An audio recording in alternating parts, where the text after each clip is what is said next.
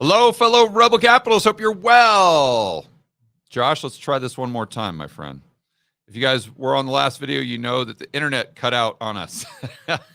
And I did the entire video without even knowing, and it cut out after about 3 minutes. But let's get right into the topic. So it is official. Goldman Sachs has gone full retard. You heard it first on the Rebel Capitalist channel right here. They've gone full retard. They've done it. You say, well, George, what makes you say that?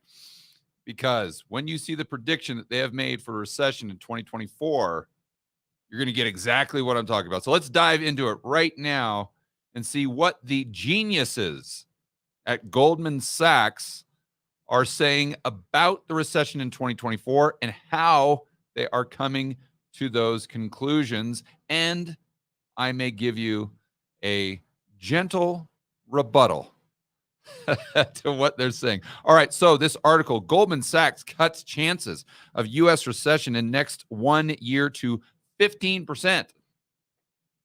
Now, this was down. It's great because I've already read the article for once.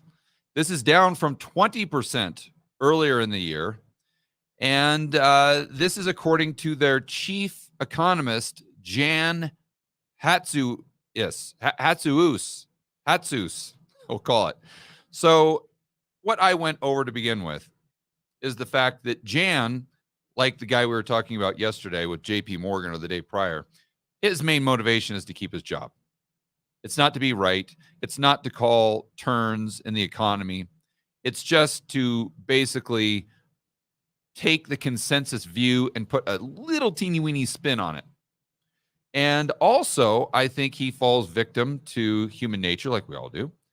But I was actually thinking about this morning at the gym, and it dawned on me that what these guys do when they come out on CNBC or Bloomberg, all these quote unquote mainstream people, is it seems like they just take the last 2 or 3 months.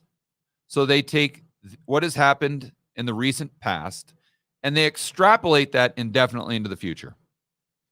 Because, I mean, think about it.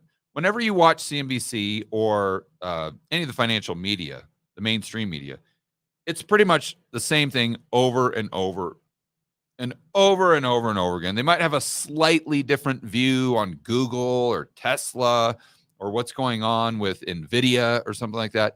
But overall, what they say about macro is that whatever's happened, and they don't say this, but they just basically their prediction is what you have noticed in the data over the last 2 months. And they do this to be very, very safe, right? Because no one's going to call you a conspiracy theorist. No one's going to call you a tinfoil hatter. No one's going to call you a crazy person. And this goes back to them wanting to increase the probability of them keeping their job. So unfortunately, what they miss here is every single significant turn. This is why they miss CBDCs. This is why they miss the cerveza sickness. This is why they missed Ukraine. This is why they missed the mandates, the medicine mandates. You guys know what I'm talking about. This is why they missed inflation, for heaven's sakes. Remember, all the Goldman Sachs types were talking about how it was transitory. None of them stepped outside of the talking points the Fed was making and said, whoa, no. This is not transitory. No, this is going to be a real problem. And then, of course, when it gets up to 8 or 9%, because that's what happened the last couple months, then the Goldman Sachs types are out there saying, oh, inflation's going to go to 20%. So they always just kind of stick with the short-term trend, and they always miss these paradigm shifts with not just economy, but society at large. So now let's go back to what their argument is as to why there's why the probability of a recession is so low. There's an 85% chance, according to them, that we have no recession at all. And you'll notice throughout this article, they fail to mention the elephant in the room, which, as you guys know, is the yield curve. And one of the reasons, I understand why the Fed ignores it, but with these, the Goldman Sachs types, I think they ignore it because if investing was easy, if predicting a recession was easy, then you wouldn't need them. It's one of the reasons why lawyers, they have to have their own language, because you need other lawyers to decipher what they're saying. Or if it was just straightforward, you wouldn't need as many lawyers. And if it was all about just watching the yield curve, well, you wouldn't need Goldman Sachs now, would you? Okay. But getting into their talking points, the investment bank said it expected a re-acceleration in real disposable income next year on the back of continued solid job growth and rising real wages. Okay, so first thing, my first rebuttal, or let me explain what they're talking about. Let's go over to this chart from Statista.com. And this blue line is wages, the black line CPI. So this is what Jan and the full retards at Goldman Sachs are referring to. So this blue line is above the black line. So assuming that the CPI is correct, which that's debatable, people's purchasing power has been increasing. And since their MO is just taking whatever happened in the last 2 months and extrapolating that indefinitely into the future, they just think that this trend is going to continue forever. Nothing to see here. Therefore, the purchasing power and the disposable income of the average American is going to grow and grow and grow and grow and grow. It's going to go to the sky. Okay, well, what I would say to Jan is, if this is so significant, then why is excess savings plummeting? We've been talking about that a lot on this channel. You go back to that report from the San Francisco Fed, and they showed that all of the additional savings that had been built up as a result of the government's policies over the last, let's say, 2 or 3 years, that's coming to an end by September. Okay, so it was way up here. You guys have seen that chart. And it's come way back down to the level of 2019. So if purchasing power overall is increasing, why is the additional savings coming down? And if additional savings is coming down, well, then how is disposable income going up? You're basing that judgment just on one data point, which I'm going to point out is incorrect once you actually scratch beneath the surface and quit trying to spin all of these numbers for your recency bias and your number one priority, keeping your job. Let's get back to what Jan is saying. It also noted, talk about Goldman Sachs, the drag from monetary policy tightening will continue to diminish before vanishing entirely by early 2024. Now, this is this is where the spin doctors really come out. Because what you're assuming, and let's keep in mind that Jerome Powell may still continue to increase rates. Okay, so they're saying that this is going to vanish entirely by early 2024, not just 2024. So this implies that the lag effect from the Fed tightening rates is like 3 weeks. Well, we know that's nonsense. Just study history. And see, another thing you'll notice, that in order to come to a lot of the conclusions that they espouse, or the predictions that they make, or their views on the future, you have to completely omit history. You've got to just divorce yourself from the reality of what has happened in the past. So my point here is, if you look at how long that lag effect is, it's usually like 9 months. 9 months to a year. So, Josh, what was the Fed funds rate a year ago? Because while I'm going over that, yeah, can you look that up for me really quick? Oh, here we go. I've got it. That's why I keep all these tabs open. You guys give me crap for keeping all these tabs open. Now you know why. Okay, so a year ago, we are, what are we? September 2023. So figure September, that's 2.56. There you go. So September 2022, we were at 2.56. So those are the interest rates that have worked their way through the economy, if you're being intellectually honest. The other 2.5 or 2.75%, assuming Fed funds at 5.25%, has not. And there's no chance that it does by the beginning of 2024, Jan. So if I'm some schmuck on YouTube barely graduated high school. If I can sit here and poke holes in pretty much every single thing that you're saying, I think the average person should look at that and they should include that in their decision making as to whether or not to take you seriously. That's a roundabout way to say the average guy should ignore every single thing that comes out of your mouth. Okay, let's go back to what they are saying here at Goldman Sachs. U.S. consumer spending accelerated in July, but slowing inflation strengthened expectations that the Federal Reserve would keep interest rates unchanged in its policy meeting this month. Okay, so they're saying that inflation is coming down, and the Fed's basically going to pause, or will likely pause rates because inflation is coming down. And we see that consumer spending accelerated. So this must prove what we were saying about real wages increasing and people having more disposable income. Again, looking in the rearview mirror. Goldman Sachs said it believed that Fed Chair Powell's proceed carefully, I guess they're quoting Powell there, approach signals that September hike is off the table and hurdle for November hike is significant. So again, they're assuming that the Fed is going to keep rates where they are right now. They're not going to hike interest rates, and therefore the job market is going to stay the exact same. Therefore, it's very tight. The benefit, the leverage goes to the worker. Therefore, their wages are going to increase. Inflation, of course, is going to do exactly what it's done the last 2 months. It's going to stay very, very low. So this means more purchasing power for the consumer, and the consumer is going to drive, the resilient consumer is going to drive the economy for the entirety of 2024 and prevent us from going into a recession, because they're going to have so much money to spend, they're not going to know what to do with it. And that money, or their incomes, are going to exceed the rate of inflation by such a degree that it's going to be an economic boom.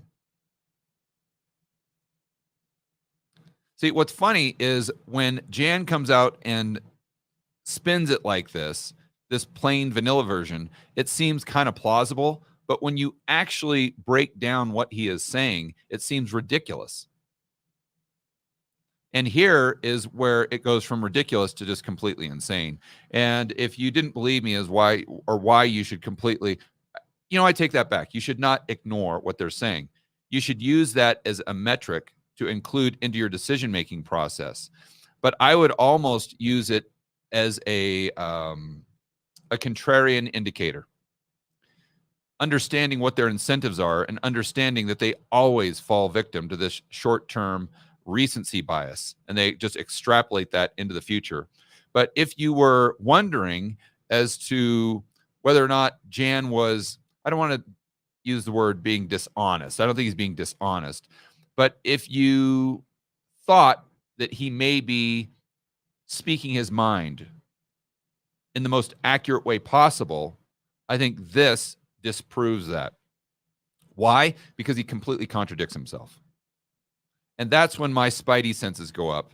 And I get the kind of the, whenever they're talking about Ukraine or something like that, that you get those spidey senses that this is most likely propaganda. And I think whenever these Goldman Sachs types contradict themselves, that's when I get the red flag, the spidey senses that say, you know what, this is just a pitch. This is a sales pitch. This is not what they really think. So Goldman added that it expected a very, very gradual cuts of 25 basis points per quarter starting in second quarter of 2024. Okay, so if we're not going to have a recession, if we're going to have this no landing, if the consumer is going to get stronger and stronger and stronger, if their disposable income is just going to skyrocket, going to go to the moon, and 70% of the economy is consumption, then why would the Fed start dropping rates? You see, this implies that the current rates are higher than usual. No. 5.25%, that's normal. You go back to the 1800s, for heaven's sakes. This is usually right around where interest rates are, as far as Fed funds, or prior to the Fed, the front end of the interest rate curve. So why? If we have this no landing, if the economy starts taking off again, if the consumer starts spending like they were spending in 2021, why would the Fed drop rates? If anything, they would continue to hike because we would see the long end of the curve go up as far as yields. We would have that bear steepener that we talk about on this channel, which we've never had in human history. But that's what you would see. You'd see the 10-year start going up because inflation expectations and growth expectations would increase. But of course, he omits that. So now let's think this through and assume that what he is saying is true. If the Fed were to drop rates even slowly, what would that mean? What would that environment look like? Well, that would mean that the CPI was going from maybe 3.5 or something down to 3, down to 2.5, maybe even 1.9. And that's what the Fed doesn't like. Now, all of a sudden, they're going to start gradually dropping rates because they're worried about inflation going even lower. So, Jan, help me out here. I've never taken an econ class, so you're going to have to walk me through this. But if the Fed is worried about the CPI going negative, that would mean deflation, prices actually going down. And that would be the most likely environment where the Fed would be dropping rates, even very gradually, because they are worried about deflation. So if the Fed is worried about deflation, is that an environment where you're likely to have a recession? Or is that an environment where you're likely to have no landing at all and the economy is going to go through this little bit of lull that we're experiencing right now and it's just going to rip higher? And oh, by the way, the long end of the yield curve is going to go up. The 10-year is going to go from 4.2 up to 6% in this environment where the Fed is gradually dropping rates because they're worried about deflation. I mean, come on. Right there, you just defeated your own argument, Jan. So I don't know, again, how you can take this seriously other than to use it for a contrarian indicator. Now, there's one other thing that, let me make sure I'm still live here. Okay, yeah, so the internet is hanging on for this one. Now let's go over to another chart here that I think is very important because we looked at the Statista numbers with the last few months, inflation being a lot lower than nominal wage growth. Okay, but that's when you combine all wages together. And I think in doing so, you're losing some very important nuance to the argument. This green line, well, the different colored lines represent wage growth, nominal wage growth, for specific age brackets. Look at this. Green is, I would argue, currently, when you just look at the overall economy and consumer spending, it's probably the least important demographic. Okay, these are people, 16 to 24. So these are kids.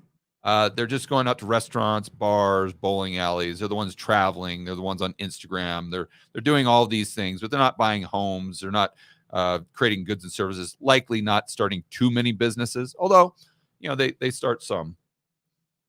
But it's not the bulk of the economy. And by the way, they're being subsidized by the 55 plus, but that's a whole separate video. And I would also note that look at what the wage growth has done recently. It's dropping off a cliff. Now, it's still positive, yes, but it is plummeting to a point where it looks like it's going to get darn close to the other age brackets very quickly. But what would happen if we looked at this Statista chart one more time and we omitted the 16 to 24 age group? We basically omitted kids and college students. So we're just focusing on working adults. Okay, well, this blue line would be way different. This blue line would be significantly lower. I mean, the delta right here at when inflation was 9.1% was roughly, call it 2.4%, something like that. So if you omit kids from the wage growth, I mean, you'd be at a delta of 5-6% discrepancy there. So my point is the negative real wage growth that we have had over the past call it year or so, year plus, going back to March of 2021, or maybe better said, the negative real wage growth that we had during this period would be much, much, much more severe. And I think would be more consistent with what you're seeing in the real economy, especially when the most popular song in the world right now is some guy bitching about the dollar losing its purchasing power. Then I would argue that if you omit the college students, that even now, this real wage growth that you're seeing based on this chart would still be negative. And I think that makes a huge difference, especially when you consider the fact this age group, their wage growth is plummeting right back down likely to where these other groups are that have not even come close to having their wages keep track with the rate of inflation, and their expense side of their P&L is going to skyrocket with student loans and with a lot of these other payments that they're going to have to start making. So main takeaway here is let's listen to JP Morgan. Let's listen to Goldman Sachs. Let's hear what they have to say. Let's try to keep an open mind. But usually the conclusion that I come to is I just use that as a contrarian indicator. And I always have some healthy skepticism towards what they say because I realize that their main motivation is to keep their job. They're going to have this recency bias where they just look at what has happened over the last couple months and assume that it's going to happen forever into the future. And when I hear inconsistencies with what they themselves say, with their own argument, that's when I step back and say, okay, this is most likely some sort of sales pitch, and this isn't really what they believe. All right, guys, enjoy the rest of your afternoon. As always, make sure that you're standing up for freedom, liberty, free market capitalism. We'll see you in the next video.